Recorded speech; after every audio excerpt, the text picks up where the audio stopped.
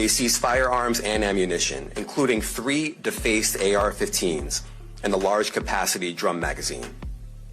They also seized evidence of the freak-offs, electronic devices that contain images and videos of the freak-offs with multiple victims. And they seized cases and cases of the kinds of personal lubricant and baby oil that Combs' staff allegedly used to stock hotel rooms for the freak-offs. More than 1,000 bottles altogether. It appears that the much-awaited 50 Cent's documentary about Diddy may come out sooner than we had expected. He recently clowned the hell out of Diddy after being arrested on charges of racketeering and shipment of ES from third-world countries. He faces a minimum life term for the wreck charges, a minimum of 15 years for the TRA charges, and a minimum of 10 years for transporting them into the US. Guess who's just chilling while all of this is going on? 50 Cent. Not only did he make fun of Diddy for this, but he's also threatening to expose more evidence against Diddy, which could possibly make the already dire situation even worse. Fi has been closely collaborating with Diddy's victims for several months, gathering their evidence for his upcoming documentary. However, Fi has hinted that he may make all of that information public ahead of the documentary's release in order to help the FBI. So, for those of y'all who are somehow not up to date with all the recent developments of Diddy's case, he got arrested on Monday while he was just chilling in a hotel in New York, according to his indictment, which was just released a few hours after his arrest. He was caught forcing his trafficking victims who he flew in from third-world countries into the US with nowhere to run for help to engage in Group 6 act with associates of his that he referred to as freak-offs, sometimes for days at a time, while he recorded these videos of these encounters and masturbated to them. The encounters were so physically exhausting for him and his victims, whom he would force to ingest, that they all typically received IV fluids to recover. They also found that Diddy was not orchestrating all this by himself. In fact, it was an entire enterprise of high-profile people, some of which are celebrities and others who are in political positions. They all came together to mistreat these women and boys into things they had no business doing. These people were flown into the US thinking that they were going to be working minimum wage jobs to provide for their families back home, but instead they're forced into engaging in these freak-offs and misused until they pass out. Combs' alleged criminal conspiracy, the indictment says, relied on employees' resources and influence of the multifaceted business empire that he led and controlled, creating a criminal enterprise whose members and associates engaged in and attempted to engage in, among other crimes, forced labor, kidnapping, arson, bribery, and obstruction of justice. This indictment also went on to reveal that Diddy would direct the act at the center of the freak-offs, while he also distributed a variety of controlled substances to his victims, in part to keep the victims obedient and compliant. And do I all remember that raid that was done on his properties just a few months ago, which ended in his sons Justin Christian being arrested? Well, it turns out that that raid was actually where they found all the freak-off tapes, as well as the thousands of bottles of lubricants that Diddy and his partners used against those defenseless boys and girls that they flew into the country. According to reports, they found more than bottles of baby oil and lubricant and 3 AR-15 rifles with a drum-style magazine. So the police even said they were surprised by the attention to detail that Diddy and his people put into all this. And mind you, these are the type of police officers that investigate cases like this, so the fact that they were even shocked is crazy to think about. They said Diddy's security supervisors would also, along with stocking up on lubricant, baby oil, additional linens, and specialty lighting, hotel employees and helpers also make travel and hotel reservations. And coercion to cause victims to engage in extended sexual performances with male commercial workers, some of whom he transported or caused to be transported over state lines.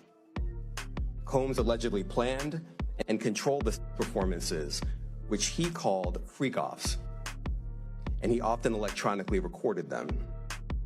The freak-offs sometimes lasted days at a time, involved multiple commercial sex workers, and often involved a variety of narcotics such as ketamine, ecstasy, and GHB, which Combs distributed to the victims to keep them obedient and compliant. As alleged, when Combs didn't get his way, he was violent, and he subjected victims to physical, emotional, and verbal abuse so that they would participate in the freak-offs, and that Combs hit, kicked, threw objects at, and dragged victims, at times by their hair.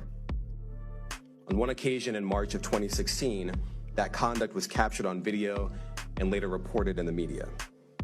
Specifically, Combs kicked, dragged, and threw a vase at a victim in a Los Angeles hotel when the victim was attempting to flee. As alleged, these assaults often resulted in injuries to the victims, which took days or weeks to heal. In addition to the violence, the indictment alleges that Combs threatened and coerced victims to get them to participate in the freak-offs. He used the embarrassing and sensitive recordings he made of the freak-offs as collateral against the victims. And the indictment alleges that he maintained control over the victims in several ways, including by giving and threatening to take away financial support or housing, by promising them career opportunities, by monitoring their whereabouts, and even by dictating their physical appearance. Because of all of this, the indictment alleges that the victims did not believe they could refuse Combs without risking their security or facing more. However, as I previously stated, 50 Cent is having a blast watching Diddy get exposed in this way, and he plans to intensify the drama by sharing his documentary about Diddy. Shortly after all of this, 50 Clown Diddy shared a photo of himself with Drew Barrymore with the caption, "I am keeping good company with Drew Barrymore, and I don't have 1,000 bottles of lube in the house now." If you've been following Beatty, you know that Beatty has been on Diddy's tail even prior to the Cassie case. The reason why Beatty made it his personal goal to contribute to Diddy's downfall was because, according to Mai, he was one of the rappers who tried to core into this freak-off world by offering to take him shopping on a fully paid trip. The Puff was like, yeah, like first he was amping him to get stout. Then he was like, yo, so when we gonna get the chance to, to kick it, like we could just hang out. We gotta kick it. This is Puff. Okay. He telling me we gotta kick it and shit. He was like, yo, why don't we like go shopping or some shit? I mean, like I pay for it. And I was like, what the fuck this just say? I asked 50 about that. And he said you did the same thing to him. You asked him to take him shopping. Yeah, I thought he needed some clothes. What? I'm a nice guy. Yo, why are you and Fifth just... Hey, yo. Why y'all not... Hey, yo, I don't have no beef with I don't know why. With Fifth. He loves me. Anyway, after Cassie came out with her lawsuit, Fi decided to step up his pettiness by Clown and Diddy every chance he got, and even investing his own money into making an entre-en-ire documentary about Diddy and his alleged partner in crime Jay-Z at the time that Cassie first slapped Diddy with her lawsuit. Fi was one of the first people who wasted no time in supporting her. He put up a post dragging Diddy for filth after he settled Cassie's lawsuit within 24 hours. He said he paid that money real quick, should have done that before the sharks saw the in the water, and here they come in 5, 4, 3, 2, 1. Every woman he put his hands on. Fi followed it up by announcing he was going to do a documentary on Diddy and bring out the truth about everything he had done and all the voiceless victims whose lives and bodies he's violated. He reposted an article out about him developing a documentary on Diddy and captioned it, "I thought Diddy was a billionaire music mogul. If he's smart, he will file for bankruptcy now. Anyone with real money knows why I'm saying this. I'm the best producer for the job, guys. Here come the receipt." And as if this wasn't messy enough, 50 later announced that the documentary wasn't only going to be about Diddy, and that Diddy's BFF Jay-Z was also getting exposed in it too. He made a post announcing this shortly after the news broke of Diddy's home being raided by the feds by posting the official poster of the documentary, as well as a photo of Jay on a milk jar, and said, "Anybody seeing Jay? LOL Puff," said the man in answer. In his phone, he followed it up with another photo of Jay-Z with the caption, "Here is Jay-Z last reported seen waving at Puffy's jet, LOL." And just when we thought 50 was done being petty, he said something back and posted this extremely unflattering photo with Jay-Z with the caption, "Jay in hibernation, he ain't coming outside till this ish with Puff blow over. No brunch, no lunch, no dinner, LOL. Well, I'm all you got, I'm outside."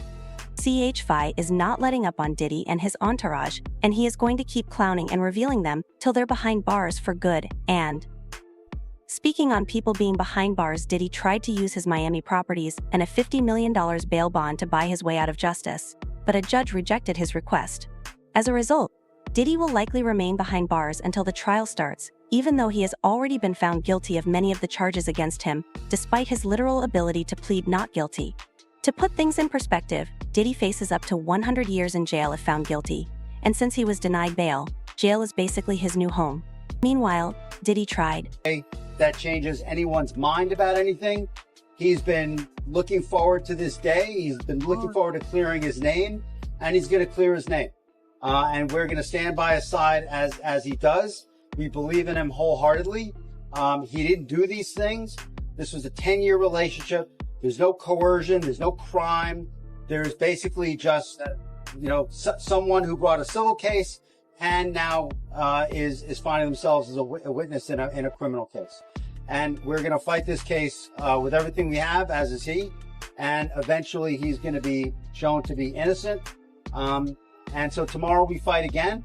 And we'll fight every day. Child, it's a mess, y'all. You can say a lot about 50 Cent, but he doesn't have too many skeletons in his closet for him to be speaking so loudly against his peers. Another person said he could have been a victim if he had taken that shopping trip. Maybe not in that way, but on tape for sure he was the wrong one. However, I want to know your thoughts on this. Joe, it's a mess. Why all? I honestly feel really bad for his twins and that little girl that he just had. But this is unfortunately the kind of legacy that Diddy just said. What are your thoughts on 50 Cent outing Diddy? Do you honestly believe that this is Diddy's last chance? Please share your opinions in the space given below. Also, don't forget to click this link to view this other really messy video.